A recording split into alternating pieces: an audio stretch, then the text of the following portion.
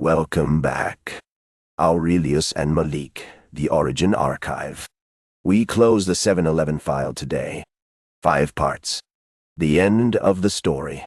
Imagine a world where the night was truly dark for commerce. Needs and desires went unmet until dawn.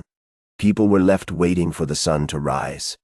Then, the introduction of 7-Eleven changed that dynamic entirely. It didn't just promise access and convenience. It reshaped our expectations. Suddenly, we could grab a snack or a drink at any hour. This transformation didn't just alter shopping habits. It fundamentally changed the rhythm of daily life, blurring the lines between day and night. But let's not forget the people behind that change. It wasn't just a brand. It was about real lives. Think about those late-night workers pulling long shifts to keep things running smoothly.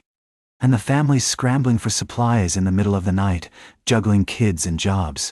They're the unsung heroes of this revolution, not just consumers.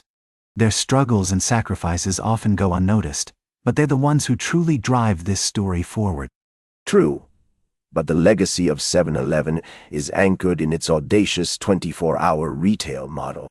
This model didn't just satisfy an existing demand. It created a whole new one. Before 7-Eleven, late-night shopping was practically unheard of. People planned their days around store hours. But 7-Eleven transformed that expectation. They redefined convenience, allowing us to shop whenever we wanted.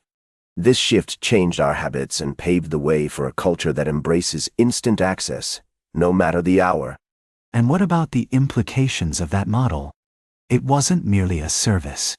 It shaped lifestyles in ways we're still grappling with.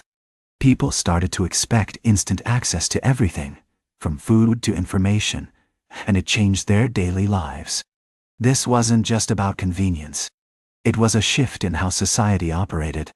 Families began to plan their days around quick solutions, often losing the joy of waiting or savoring. It affected how we connect with each other too. The ripple effects were profound, shaping not just the immediate landscape, but the core of commerce. Competitors had to adapt or risk becoming obsolete. Extended hours became the norm for everyone, and we saw entire industries shift their strategies overnight. Businesses scrambled to keep up, innovating at a breakneck pace.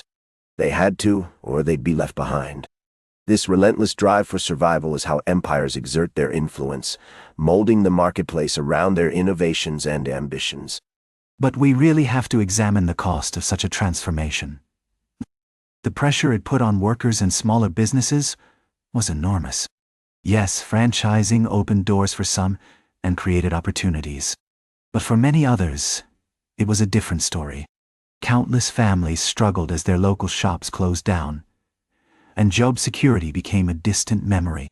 Not everyone benefited equally from this revolution, and the human cost is something we can't ignore. You're not wrong about the challenges faced by smaller businesses. They often struggle to compete against larger entities. However, the franchising model perfected by 7-Eleven created new opportunities for local entrepreneurs to enter the market. It wasn't just about selling convenience. It provided a structured framework for success. This allowed them to maintain brand consistency across various locations, ensuring that customers knew what to expect. In a way, it democratized access to entrepreneurship, giving many a fighting chance. Still, let's not romanticize that framework. Those local entrepreneurs often operated under stringent corporate guidelines that dictated what they could and couldn't do. Their dreams were boxed in by the very system that was supposed to empower them. Yes, they had support, but it often came with strings attached. The brand's consistency, while appealing, frequently stifled their individuality. You could see the spark in their eyes, but it was dimmed by the weight of those limitations. That's a fair point. When Ito-Yokado acquired us in the 1980s, we gained not just capital but also invaluable Japanese expertise.